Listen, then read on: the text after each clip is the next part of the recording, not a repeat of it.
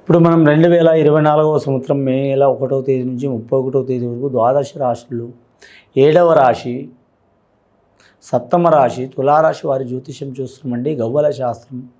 ఈ గవ్వల శాస్త్రాన్ని చింతామణి శాస్త్రం అంటారు, లకుట ప్రశ్న శాస్త్రం అంటారు. ఈ తులారాశి వారి జ్యోతిషం మీద భూతభవిష్యత్తు వర్తమానం ఎలా ఉందో, శుభయోగం అశుభయోగం ఎలా ఉందో గవ్వలేసి వాటిని లెక్కబెట్టి జ్యోతిష్యం చూద్దామండి.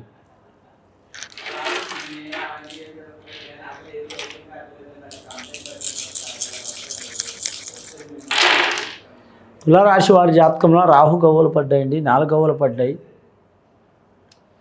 4 గవ్వలు చాలామంది చాలా వరకు చూడాలంటే మాత్రం నలుగురు ఉంటేనే ఏదైనా పని అవుతుందండి. వ్యవహారం కావచ్చు, వ్యాపారం కావచ్చు, కుటుంబంది కావచ్చు, పర్సనల్ లైఫ్ది కావచ్చు. చాలా వరకు నలుగురు ఉంటేనే ఏదైనా ఒక పని అవుతుంది. 4 కట్టెలు ఉంటేనే ఐకమత్యం అంటారు. ఆ ఐకమత్యం మహాబలం అంటారు. తులారాశి వారికి మాత్రం చాలా వరకు మాత్రం శుభం గవ్వలు పడ్డాయండి. రాహు మార్గదర్శి మంచిగా నడుస్తుంది. వీరి జాతకంలో చూడాలంటే కానీ ముఖ్యంగా మాత్రం తులారాశి వారి జాతకంలో చూడాలంటే మాత్రం విశాఖ నక్షత్రం, చిత్ర నక్షత్రం, అలాగే స్వాతి నక్షత్రం. విశాఖ నక్షత్రం 1వ పాదం, చిత్రా నక్షత్రం వారి పాదం, అలాగే స్వాతి నక్షత్రం పాదం వారికి చాలా వరకు చిత్రా నక్షత్రం వారికి శుభయోగం ఉంది. స్వాతి నక్షత్రం వారికి శుభయోగం ఉంది. విశాఖ నక్షత్రం వారికి కొద్దిపాటి మిశ్రమ ఫలితం ఉంది. చాలా జాగ్రత్తగా ఉండాలండి. ఆరోగ్య విషయంలో చాలా జాగ్రత్తగా ఉండాలి. పని ఒత్తిడి చాలా ఉంటుంది. మానసిక ఒత్తిడి చాలా ఉంటుంది. కుటుంబ ఒత్తిడి చాలా ఉంటుంది. ఒకరి మనసులో ఒకరు ఉండరండి. ఎవరి ఆలోచన వారికే ఉండదు. పిల్లల మనసులో పిల్లలు ఉండరు, పెద్దల మనసులో పెద్దలు ఉండరు. వీరికి చాలా వరకు మాత్రం రక్త సంబంధికులతో తప్పకుండా విరోధాలు ఉంటాయండి. ఈ మే నెల మొత్తం 1వ తేదీ నుంచి 31st వరకు 31వ తేదీ వరకు ఎక్కడ చూసినా పెద్ద గొడవలు కావు, చిన్న గొడవలే. చీలికి గాలి వాన అవుతుంది అంటారుగా, అలాగే చిన్న గొడవలే పెద్దగా అయ్యే అవకాశం ఉంది. కాబట్టి ముందు జాగ్రత్త తీసుకోవడం చాలా వరకు మంచిది. అలాగే ఇప్పుడు ప్రపంచవ్యాప్తంగా చూసినా, మన హైందవ శాస్త్ర ప్రకారం చూసినా, మన భారతదేశ ప్రకారం చూసినా, మన తెలుగు రాష్ట్రాల ప్రకారం చూసినా కూడా వైవాహిక జీవితంలో చాలా విపరీతమైన పరిణామాలు నడుస్తున్నాయండి.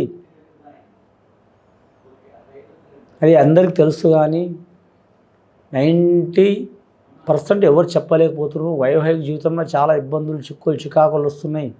వివాహమైన వారు పురుషులే కావచ్చు, వేరే స్త్రీని బానిస కావటం, అలాగే వివాహం అయిన వారు స్త్రీలే కావచ్చు, ఇతర పురుషులను బానిస కావటం, అది కుటుంబపరంగా కావచ్చు, లేదా కుటుంబ నిర్లక్ష్యం కావచ్చు, లేదా ధనం గురించి కావచ్చు, లేదా ఆకర్షణ శక్తి మూలంగా కావచ్చు, లేదా వారికి గత్యంతరం లేకుండా కావచ్చు. స్త్రీ పురుషులు ఈ వైవాహిక జీవితంలో మాత్రం కొన్ని అడపదడప ఇబ్బందులు పొరపాటునని తెలియకుండా ఫస్ట్ పొరపాటున పెడుతున్నారు. తర్వాత ఆ పొరపాటుని మాత్రం వారు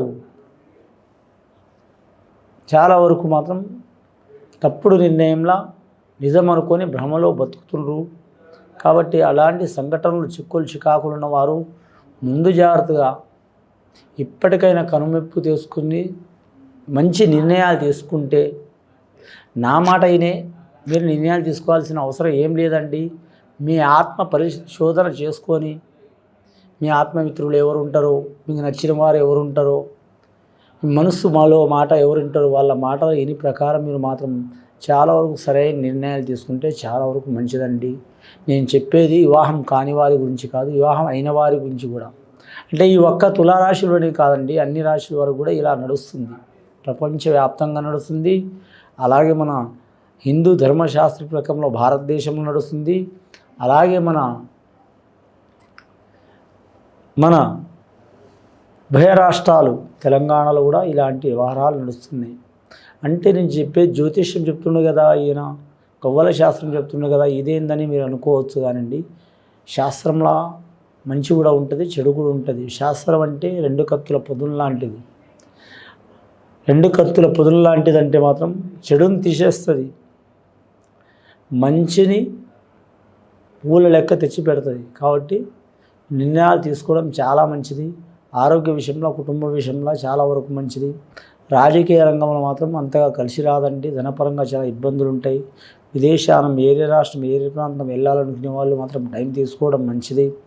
వ్యాపారస్తులకు మాత్రం మిశ్రమ ఫలితం ఉంటుంది. వ్యవసాయదారులకు మిశ్రమ ఫలితం ఉంటుంది.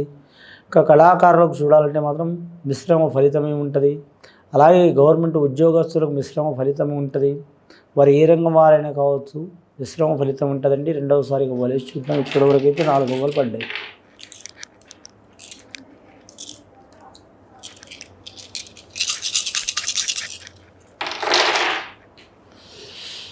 ఇప్పుడు మాత్రం 5 గవ్వలు పడ్డాయండి. పంచమ స్థానంలో భూమి, గాలి, ఆకాశం, నీరు, నిప్పు, అలాగే పంచమహారుషులు వీరి ఎంట ఉంటారు. నవగ్రహాలు ఎలా ఉంటారో, పెద్దల ఆశీర్వాదం ఎలా ఉంటుందో, అలాగే నేచర్స్ వీరి ఎంట తప్పకుండా ఉంటుంది. వీరికి ఎన్ని ఆటంకాలు వచ్చినా సరే ఆ నేచర్స్ కాపాడుతుంది. నేచర్స్ ఒక్కోసారి అలా ఉండొచ్చు, ఇలా ఉండొచ్చు, కానీ మాత్రం నేచర్స్ తప్పకుండా చాలా వరకు మాత్రం కాపాడుతూనే ఉంటుంది మానవ జీవితానికి, అలాగే జీవరాశులకు. అంటే మానవులు కాకుండా జీవరాశులకు కూడా. అలాగే ఈ నేచర్స్ చాలా కోప్పడ్డదనుకో మాత్రం విపరీతమైన పరిణామాలు నాతో సహా అందరికీ అవుతాయండి. కాబట్టి మాత్రం నేచర్స్ని కూడా కాపాడుకోవడం చాలా వరకు మంచిది, లేదా నేచర్స్ని గౌరవించడం చాలా వరకు మంచిది. వైద్యశాస్త్రంలో ఉన్నవారు మాత్రం చాలా వరకు అద్భుతమైన ఫలితాలు ఉంటాయి. అలాగే విద్యాశాస్త్రంలో కలిసి వచ్చే అవకాశాలు ఉంటాయి. ఇప్పటివరకైతే 9 గవ్వలు పడ్డాయండి. నవగ్రహాలు వీరికి లక్కీ నెంబర్ 9 వస్తుంది. అలాగే మాత్రం మంగళవారం, శుక్రవారం, గురువారం చాలా మంచిది. అలాగే స్త్రీలకు పురుషుల నుంచి సహకారం, పురుషుల నుంచి స్త్రీల సహకారం ఉంటుంది. వీరికి స్త్రీ ఆకర్షణ ఎక్కువ ఉంటుంది. పురుషులకు స్త్రీల ఆకర్షణ ఎక్కువ ఉంటుంది. పురుషులకు స్త్రీల ఆకర్షణ ఎక్కువ ఉంటుంది, స్త్రీలకు పురుషుల ఆకర్షణ ఎక్కువ ఉంటుంది. అలాగే స్త్రీ పురుషులకు కూడా ఆకర్షణ శక్తి చాలా ఉంటుంది. వీరికి ఏం లేకపోయినా ఏదో ఉన్నట్టు ఉంటుంది. వారి ముఖంలోనే ఒక ఆకర్షణ శక్తి ఉంటుంది ఖచ్చితంగా. వాక్చాతుర్యం శక్తి అన్న ఉంటుంది, పని శక్తి అన్న ఉంటుంది. లేదా వారికే తెలియదు వారి బలం. ఆంజనేయ స్వామిది చైత్ర పౌర్ణంలో పుట్టిన ఆంజనేయ స్వామి బలం సర్వదేవతలకే తెలియలేదు. ఆ తర్వాత నీ బలం నీ తోకలోనే ఉంది నాయన అంటేనే అందరి ఆశీర్వాదం మూలంగా ఆంజనేయ స్వామి తెలిసింది. కాబట్టి తులారాశి వారి స్వభావం కూడా అలా అసొంటిదే. చూసి రమ్మంటే కాల్చి వస్తారు, కాల్చి ఊకేని రారు.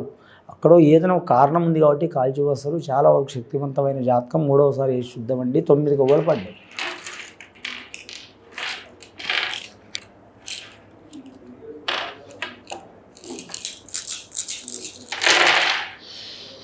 మూడోసారి గవ్వలేస్తే 4 గవ్వలు పడ్డాయండి. చాలా వరకు 50% వరకు 50% చాలా వరకు శుభయోగం ఉంది, అశుభయోగం ఉంది, మిశ్రమ ఫలితం ఉంది. కాబట్టి వీరి జాతకానికి మాత్రం ఖచ్చితంగా వీరి నవగ్రహ ఆరాధన చేయటం, ఆంజనేయ స్వామిని పూజ చేయడం, శుక్రగ్రహంలో ఇందాక చెప్పినట్టు భార్యాభర్తల విషయంలో మాత్రం తప్పుడు మార్గంలో నడిచేవారు మాత్రం వారి మనస్ఫూర్తిగా మాత్రం వారు మనోసిద్ధిగా వారు ఒక దారిలో రావడం చాలా వరకు శ్రేయస్కరం. కుటుంబపరంగా కానీ, కులపరంగా కానీ, ఆచారపరంగా కానీ, సంసారపరంగా కానీ రావడం చాలా వరకు మంచిది.